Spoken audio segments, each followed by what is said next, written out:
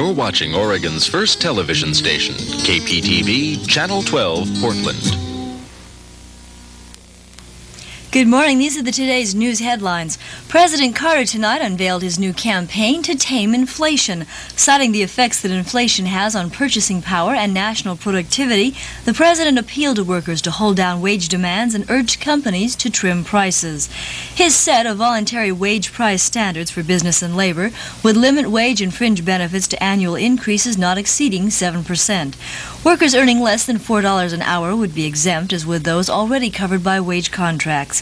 Individual firms are expected to limit their price increases over the next year to 0.5% below their average annual rate of increase during 76-77. The new program contains a major surprise, something the president calls a wage insurance for those workers who go along with the smaller wage gains. A voluntary program is that workers fear that if they cooperate with the standards while others do not, then they will suffer if inflation continues. To deal with this concern, I will ask the Congress next January to enact a program that workers who observe the standards would be eligible for a tax rebate if the inflation rate is more than 7%. In other words, they would have a real wage insurance policy against inflation which might be caused by others. This will give our workers an additional incentive to observe the program and will remove their only legitimate reason not to cooperate. President Carter's anti-inflation program has received the backing of a member of the Federal Reserve System's Board of Governors. Even before the program was announced, Philip Jackson Jr. this morning said it will be in the best interest of all Americans to make the program work.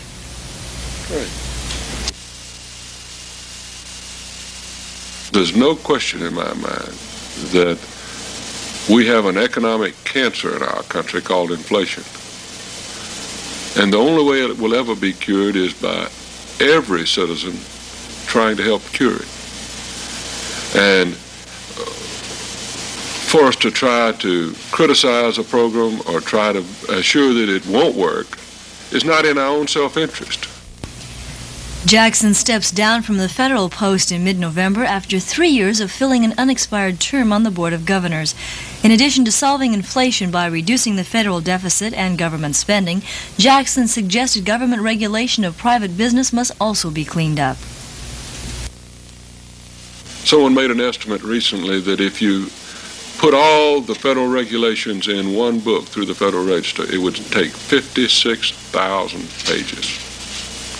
It's my belief that that is fundamentally inflationary, because I refuse to believe that you can take 56,000 pages of regulations and not require things that are non-productive.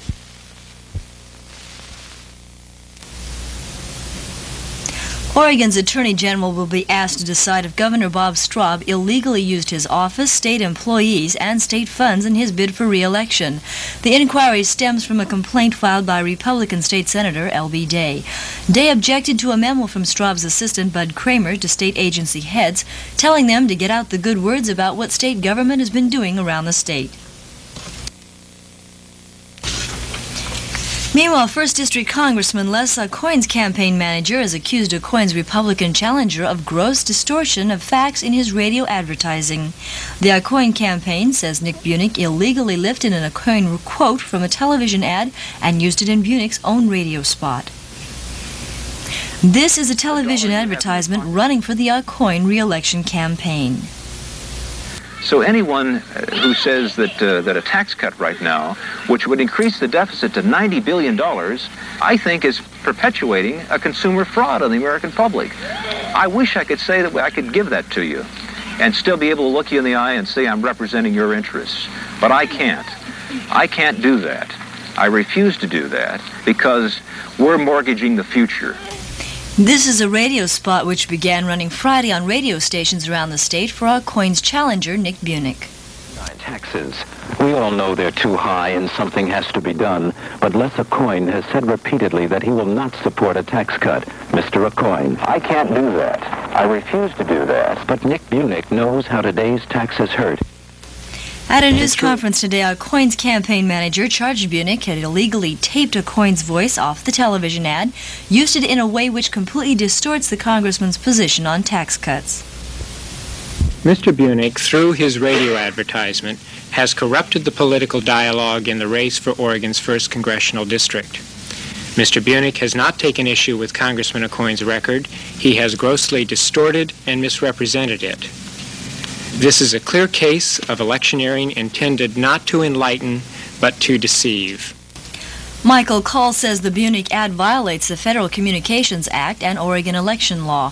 He says calls have been made to the radio stations asking them to stop playing the advertisement, and a request has been made for an investigation by the Secretary of State's office. But Assistant Secretary Ray Phelps says the Secretary has no standing to act. The matter must be settled, he says, in a civil suit. Call said the possibility of a lawsuit against the Buick campaign is being looked at. No one could be reached for comment at the Buick